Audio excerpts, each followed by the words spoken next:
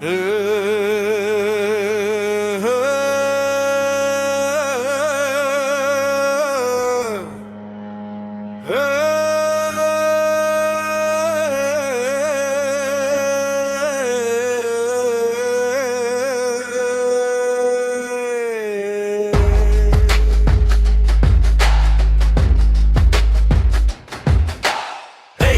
salgıla bul Erlan'dan salam. Dostlarım amam men silerge baraman. Biz baskan joldorda kaldık kança izler. Bir tuğan bolup kaldık bunu barın bilinler. Arge menen ayba işen iç duvaskaday. Baka menen Muhammed yürüşöp gazdı basıp. Cengiş menen elaman dayıma